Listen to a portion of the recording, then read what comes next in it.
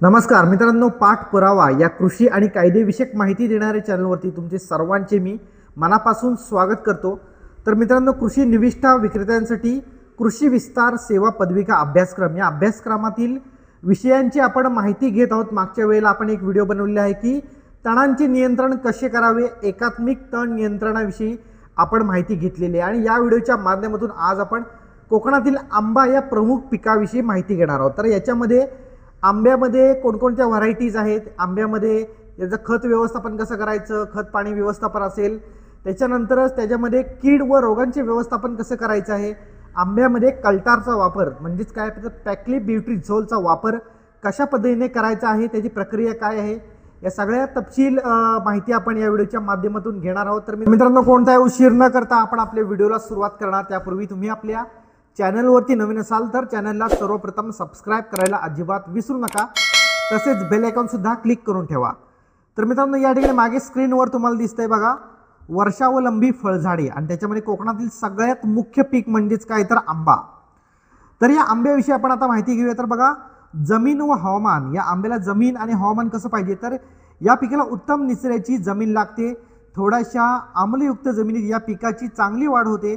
कोकणातील डोंगर उताराचे तसेच वर्कस पडीक जमिनी या पिकास योग्य आहेत। भारी चिकण मातीच्या पाणी साठून राहणारे तसेच खार जमिनी या पिकास लागवडीसाठी योग्य नाहीत।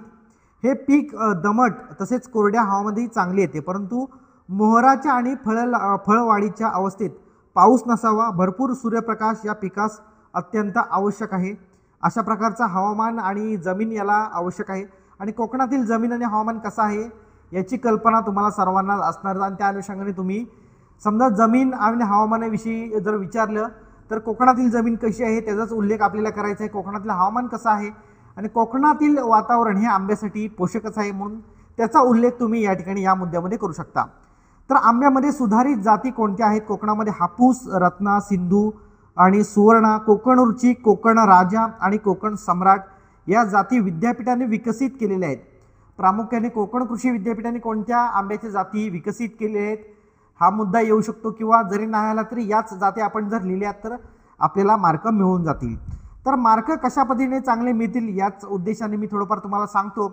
जास्तच सांगायला गेलं तर खूप काही याच्यामध्ये आहे। तर याच्या पुढे बघा, विद्यापीठाने रसाळ आंबा, प्रौगत पायरी, आम्रपाली, बेंगणपल्ली आणि सुवर्णरेखा या जाती प्रक्रिया उद्योगासाठी हापूस व्यतिरिक्त अधिक गर, जास्त उत्पन्न आणि अधिक नफा देणाऱ्या अमलापूर, बेशन, रत्ना, मल्लिका, ऑस्टिन व लिली जातींची शिफारस केलेली आहे। तर बघा, लागवड आणि निगा, आंबाजा या जातीची आंब्याची लागवड कशी करतात किंवा निगा कशी राखतात? बघा, लागवडीसाठी निवडलेल्या क्षेत्रातील झाडे झुडपे तोडून स्वच्छ जमीन करून घ्यावी। उत्तर तुम्हाला जर वाढवायचं असेल तर अशा प्रकारचं तुम्ही लिहू शकता की साफसफाई करण्यात यावी जागेची, असं तसं काय काय काय लिहायचं। नंतर पावसाळा सुरू होण्यापूर्वी एप्रिल मे महिन्यात 10 बाय 10 मीटर अंतरावर 1 बाय 1 बाय 1 मीटर आकाराचे खड्डे खणून ते चांगली माती आणि 3-4 घमेली कंपोस्ट किंवा शेणखत 3 किलो सिंगल सुपर फॉस्फेट या मिश्रणाने भरून तयार ठेवावेत। पावसाळा सुरू होताच चांगल्या जातीची, सगळ्यात महत्त्वाचं काही चांगल्या तयार केलेली कलमे लावून लागवड करावी। तर लागवडीच्या मुद्द्यामध्ये तुम्हाला हा प्रश्न निश्चितच विचारला जाऊ शकतो की 10 बाय 10 मीटर या अंतरावर लागवड करतात, त्यानंतर खड्डा खणतो आपण, तो खड्डा किती असला पाहिजे?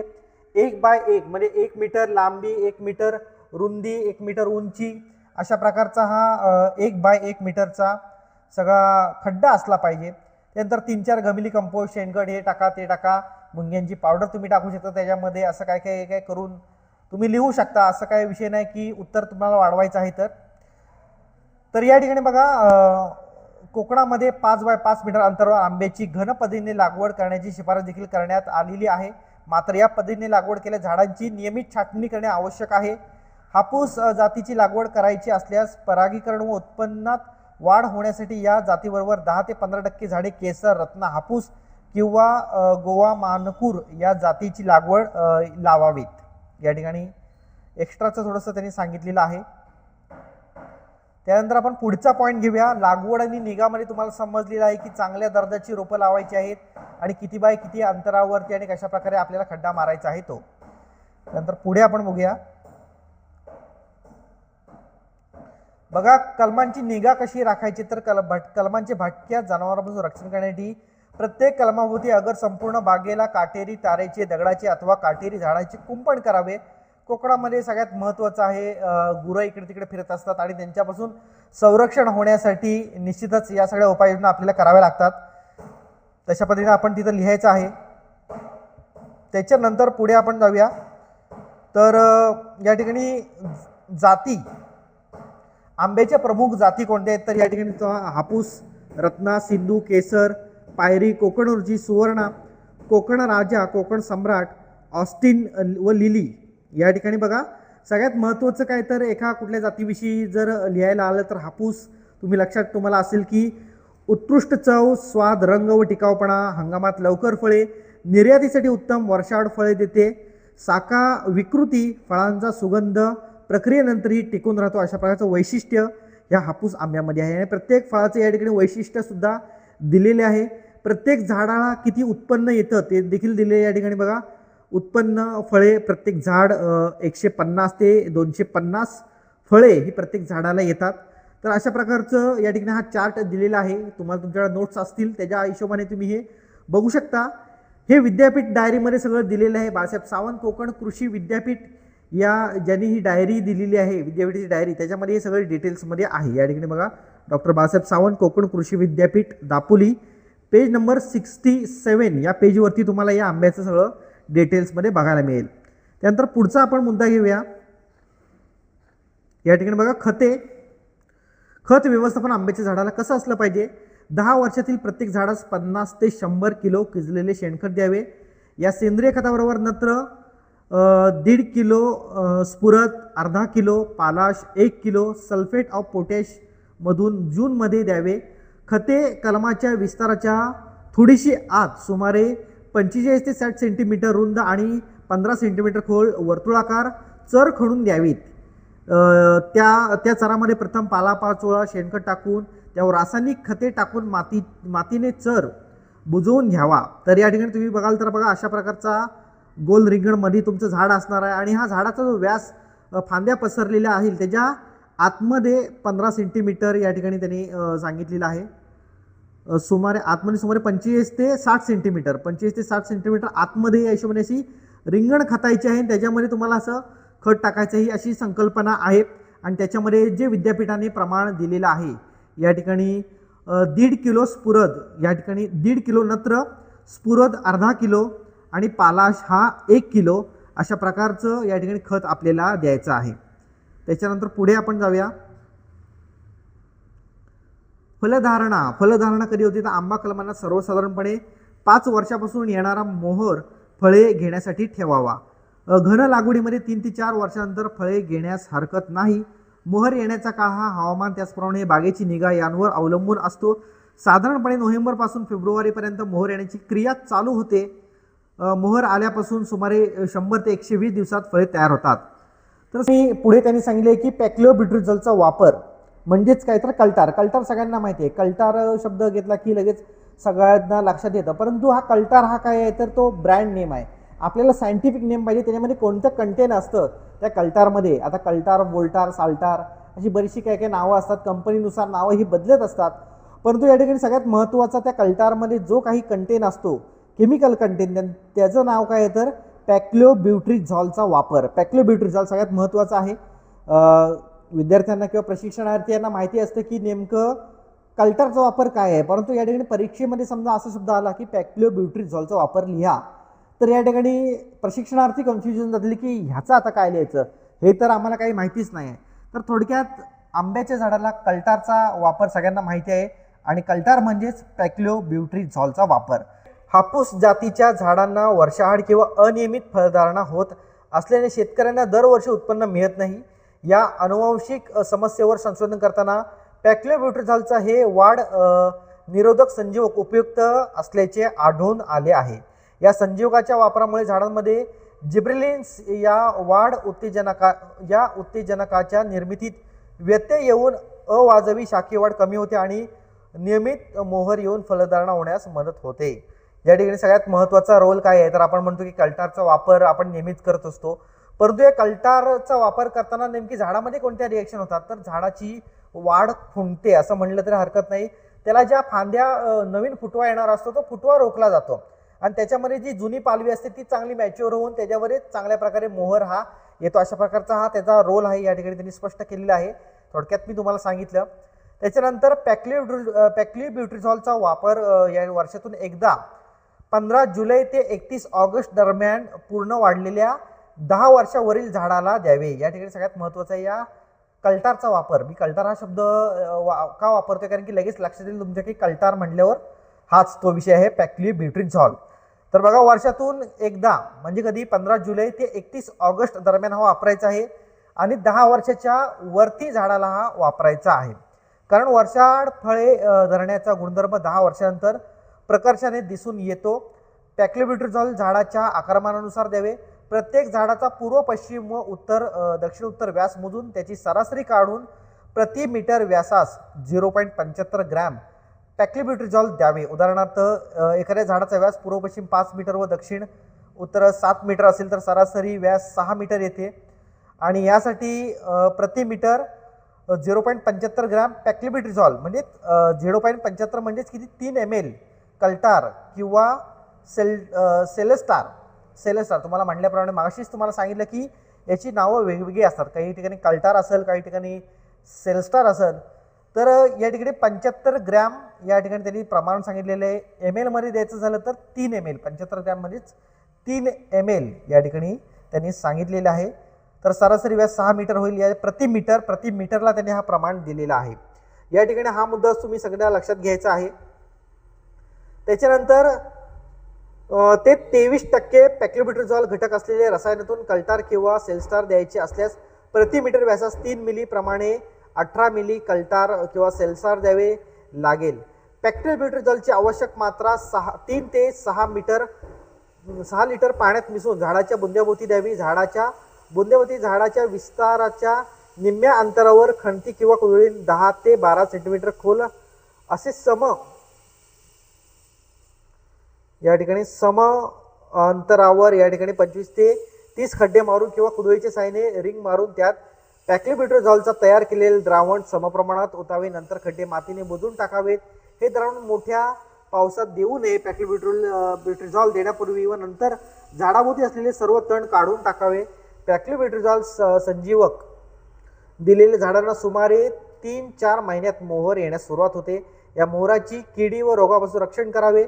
पॅक्लिब्युट्रिझॉल दिलेल्या झाडांपासून दरवर्षी उत्पन्न अपेक्षित असल्याने झाडाची निगराणी विशेषतः कोवळ्या पालवीचे कीड व रोगांपासून संरक्षण, गरजेनुसार छाटणी, फळझाडची विरळणी, उत्पन्नानुसार वाढीव खताच्या मात्रा या बाबींकडे लक्ष द्यावे. आंबा बागेपासून अधिक उत्पन्न मिळण्यासाठी कोकणातील हलक्या जांभ्या जमिनीत सुरुवातीच्या काळात भुईमुग या आंतरपिकाची तसेच पूर्ण वाढलेल्या आंबा बागेमध्ये आंबा लिली, आंबा केळी तसेच आंबा गांडूळ खत या पीक पद्धतीची शिफारस करण्यात आलेली आहे.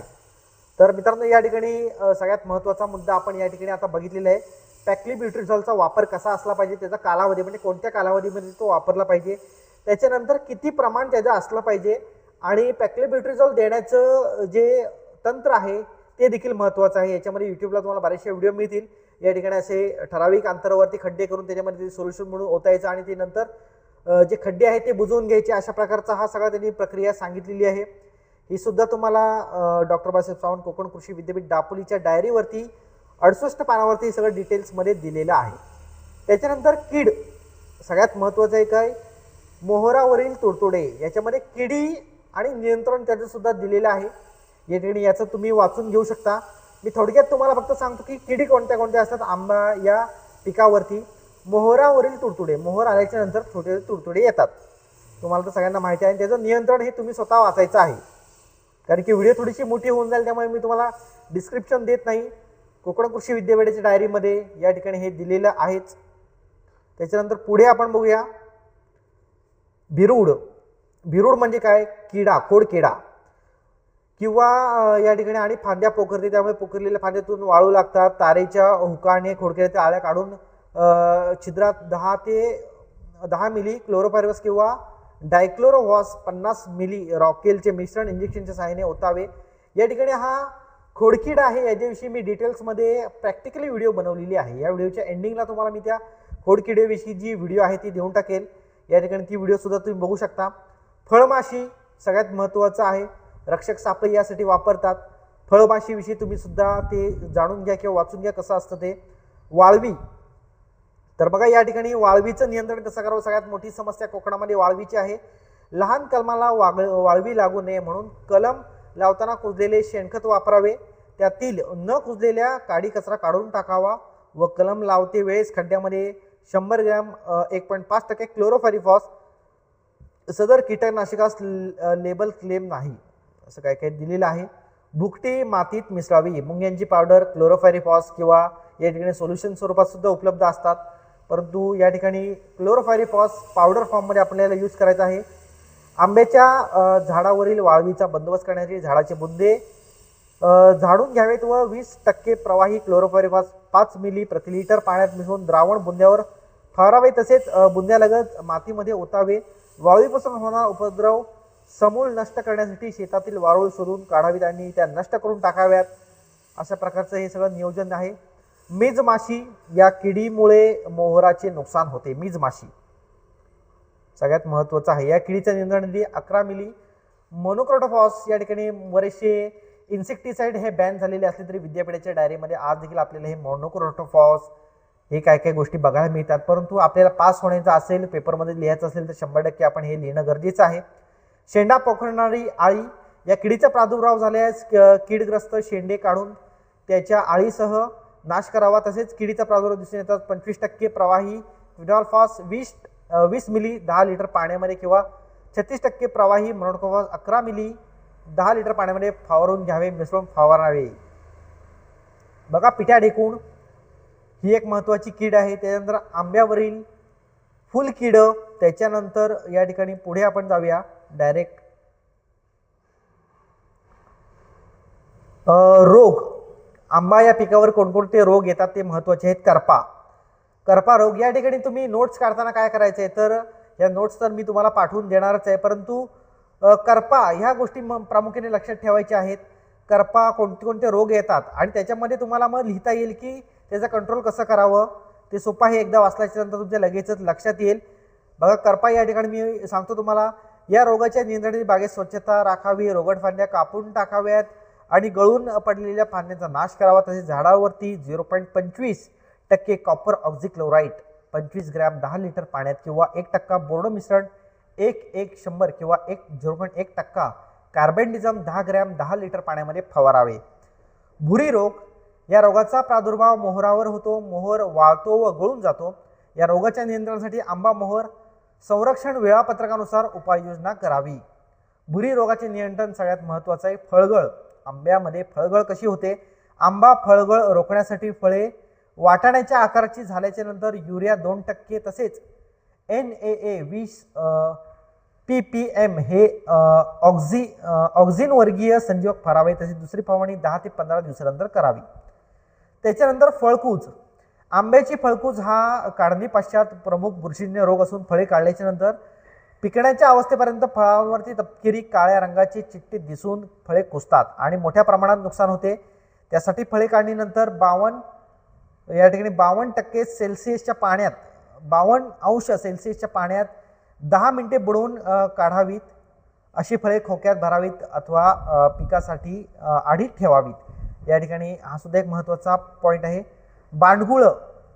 बांडगुळे झाडावर दिसतात संपूर्णपणे काढावीत आणि त्यावर ब्युटेक्लोर 0.03% किंवा फ्ल्युकॉर्लिन 0.3% किंवा ग्लायफोसेट 0.5% यापैकी कोणती एक तणनाशक फवारावे. बांडगुळे मोठी असल्यास ती फांदीसह कापून काढावीत आणि काढलेल्या भागावर बोर्डो वेस्ट किंवा डांबर लावावे. बांडगुळे काढण्यासाठी विद्यापीठाने विकसित केलेले अमर बांडगुळ हत्याराचा उपयोग या ठिकाणी करावा. सगळ्यात महत्त्वाचं आहे या बांडगुळाविषयी तर तुम्हाला चांगल्या पद्धतीने लिहिता येईल. एकतर ते काढून टाकावे, जास्त मोठ्या प्रमाणात वाढला असेल तर ते फांदीच कट करून टाकावे आणि कट केलेल्या फांदीचे तर बोर्डो पेस्ट लावावेत आणि विद्यापीठाने विकसित केलेला बांडगुळ कटर या ठिकाणी तुम्ही वापरू शकता. अशा प्रकारची सगळी माहिती आहे 70 नंबर पेजवरती दिलेलीच आहे. तर काढणी आणि उत्पन्न हा सुद्धा पॉईंट तुम्ही वाचून घ्या नोट्समधून. आंबा मोहर संरक्षण सुधारित वेळापत्रक. तर मगाशी आपण जी चर्चा केली त्याच्यामध्ये आंबा मोहर कसा टिकवला जावा आणि सुधारित जे वेळापत्रक आहे हे विद्यापीठाच्या डायरीमध्ये दिलेलं आहे. फवारणीचं वेळापत्रक, कोणकोणती औषधं आंबा पिकावरती आपल्याला वेळोवेळी फवारणीची आहे त्याचं हे एक टाइम टेबल पद्धतशीर बनवलेलं आहे. फवारणीचा कालावधी, कीटकनाशक कोणते आहेत ते, 10 मिली पाण्यामध्ये प्रमाण किती आहे आणि शेरा किती असं शेरा या ठिकाणी दिलेला आहे. बघा, पहिली फवारणी पोपटी रंगाच्या पालवीवर मोहर येण्यापूर्वी डेल्टा मिथ्रेन 2.8% प्रवाही 9 मिली टाकायचं आहे 10 लिटर पाण्यामध्ये. तर शक्यतो तुम्ही जर या ठिकाणी प्रमाण जर बघितले ॲव्हरेज प्रमाण कीटकनाशक फवारण्याचा तर काय असतंय तर 1 लिटर पाण्यामध्ये 1 ml किंवा 1 लिटर पाण्यामध्ये अर्धा ml अशा प्रकारचा हा सगळा त्यांनी प्रमाण दिलेलं आहे. आता इमिडाक्लोप्रिड 17.8% या ठिकाणी प्रवाही किंवा ब्ल्यूफ्रोझिन 25%. आता 25% तीव्रता असल्या कारणाने 3 मिली सांगितले. या ठिकाणी तुम्ही बघाल तर 3 मिली 10 लिटर पाण्यामध्ये. या ठिकाणी बघा लॅम्बडा सायक्लोथ्रिन 5%, 6 मिली टाकायचं आहे 10 लिटर पाण्यामध्ये आणि 2.8% प्रवाही आहे हा. त्याच्यामुळं डेल्टा मिथ्रिन तर त्याच्यामुळं 9 मिली टाकायचं आहे 10 लिटर पाण्यामध्ये. तर अशा प्रकारचा ॲव्हरेज आहे. औषधाची तीव्रता किती आहे त्याच्या अनुषंगाने या ठिकाणी पाण्यामध्ये ते मिक्स करायचं आहे. आवाढव्य कसंही मिक्स करून चालत नाही. तर आपलं उत्तर जरी ॲक्युरेट नसलं तरी ते मिळतं जुळतं नक्कीच असावं. काहीतरीच तुम्ही सांगताय की 10 लिटर पाण्यामध्ये 25 ml टाका किंवा 40 ml टाका किंवा 50 ml टाका तर विषय गंभीर होऊन जाईल. त्यामुळे याची काळजी तुम्ही घ्यायची. पेपर लिहिताना सुद्धा ठोकताना सुद्धा बरेचसे ठोकाठोकी करणारा सगळा विषय असतो की लिहून टाकूया प्रमाण एवढं काय होत नाही, परंतु एकदम मिळता जुळता प्रमाण तरी आपण लिहिणे खूप गरजेचं आहे. याचा या चार्टचा सुद्धा तुम्ही चांगल्या पद्धतीने थोडंसं वाचून घेतल्याच्या नंतर तुमच्या लक्षात येईल की अशा प्रकारे आपल्याला आंबा या पिकावरती फवारणी करायची आहे. कीटकनाशक वापरायचे आहेत, कोणत्या अवस्थेमध्ये वापरायचे आणि कोणत्या किडीसाठी ते वापरायचे आहेत. या ठिकाणी तुडतुड्यांचा प्रादुर्भाव मोठा असतो आंबा किडीमध्ये, आंबा पिकामध्ये. तर पुढे आपण जाऊया. तर संपलेला आहे मला वाटतं या ठिकाणी आंबा जो आपला पीक आहे त्याच्याविषयी आपण डिटेल्समध्ये माहिती घेतलेली आहे. बरेचसे मुद्दे या ठिकाणी मी तुम्हाला सांगितले की तुम्ही वाचून घ्या कारण की एकदा वाचल्याच्या नंतर निश्चितच तुमच्या लक्षात येईल. हे काही हायलाइटेड पॉईंट आहेत ते तुम्हाला लक्षात यावेत म्हणूनच मी या व्हिडिओच्या माध्यमातून तुम्हाला मी सांगितलं की अशा प्रकारचा सगळा हा विषय आहे. हे वाचल्याच्या नंतर तुमच्या लक्षात येऊन जाईल की नेमकी काय आहे. याचा स्क्रीनशॉट सुद्धा काढून तुम्ही वाचू शकता. तर मित्रांनो, आंबा पिकासंदर्भात कोणताही प्रश्न आल्याच्या नंतर तुम्हाला निश्चितच चांगल्या पद्धतीने पेपर लिहायचा आहे. तुम्हाला ही व्हिडिओ कशी वाटली आम्हाला कमेंट करून नक्की कळवा. पुढच्या व्हिडिओमध्ये आपण फवारणी करताना कशा प्रकारची काळजी घेतली पाहिजे आणि फवारणी संदर्भातील जे काही मुद्दे आहेत ते अभ्यासणार आहोत. फिलहाल केले आपण पुन्हा भेटूया. जय हिंद, जय महाराष्ट्र.